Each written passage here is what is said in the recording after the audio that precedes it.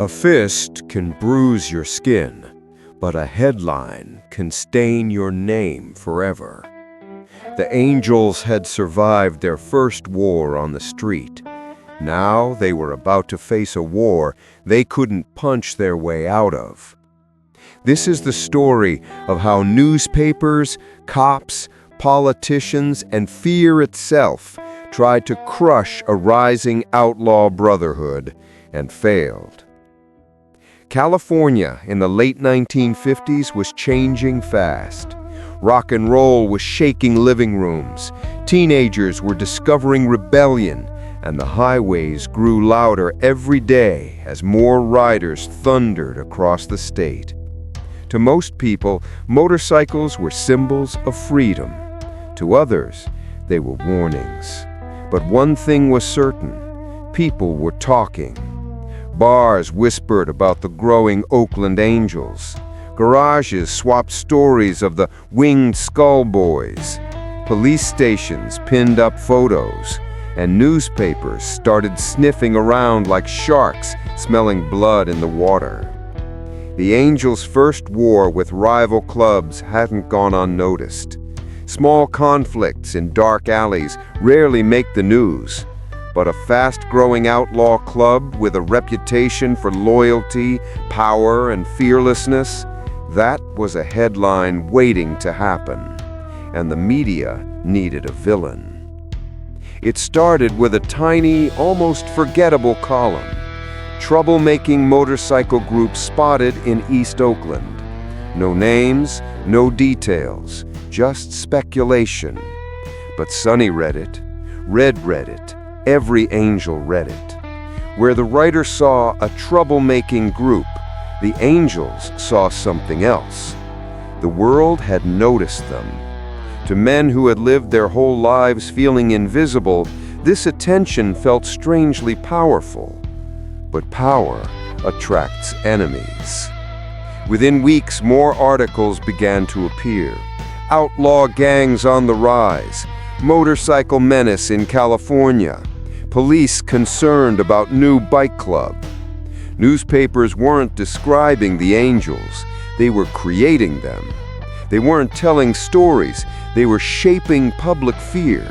And fear sells better than truth. Once the newspapers painted the Angels as villains, the police used the ink as permission. Suddenly, the Angels were stopped on every road, pulled over without cause, searched without warrant, questioned for simply existing. A man riding his Harley to work at a warehouse became a suspected criminal. A group grabbing a beer after a ride became a potential threat. And the worst part? The more the cops pushed, the stronger the media narrative grew. And the stronger the narrative grew, the harder the cops pushed. It became a loop, a machine fed by fear, ego, and misunderstanding. Sonny saw the pattern immediately. The world wasn't afraid of the Angels because of what they did. The world was afraid of what they represented. Men who didn't bow. Men who didn't belong to anyone. Men who refused to fit inside the lines. Society doesn't fear criminals. Society fears free men. One Saturday, during a peaceful ride through the hills, a photographer ambushed the pack, popping out from behind a parked car like a hunter.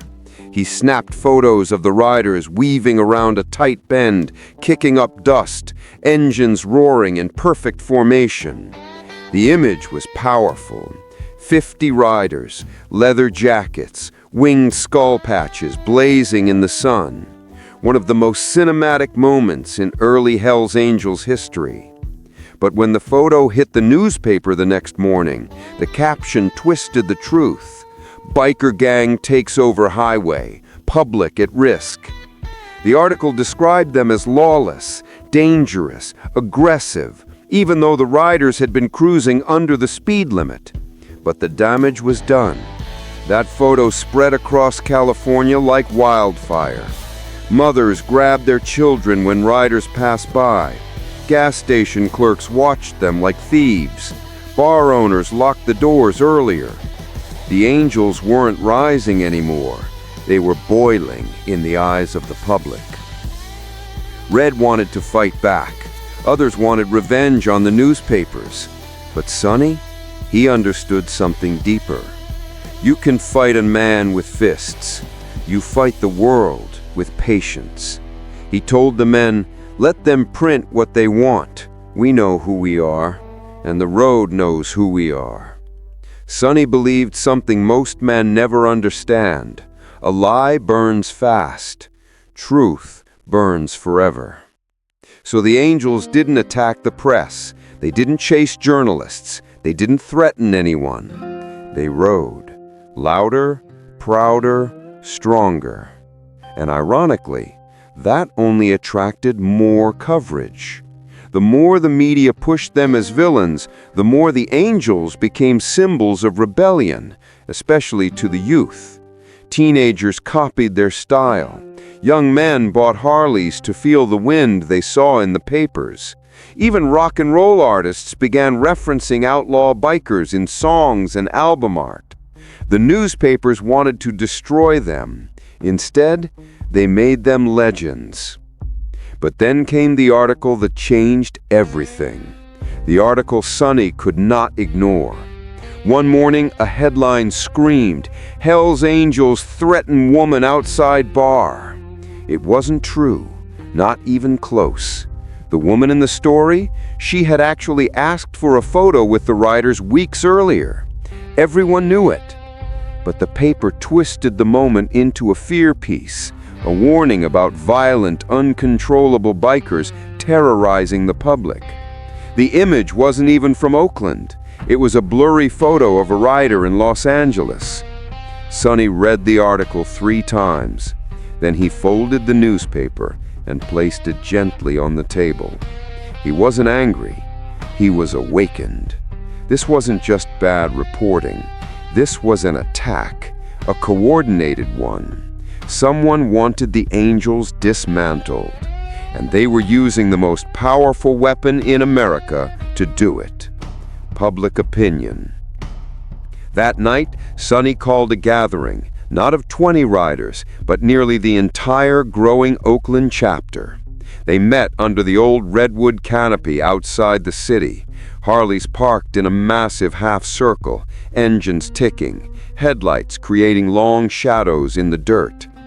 Sonny stood in front of them, the folded newspaper in his hand. They're not just watching us anymore. They're defining us. He lifted the paper. If we don't show them who we really are, they'll turn all of California against us. Voices murmured. Then Sonny said the words that would shape the next decade. So from this night forward, we move like brothers, not like villains. They didn't stop being outlaws. They didn't become saints.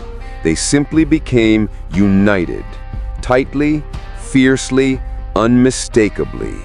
And a united force is harder to destroy.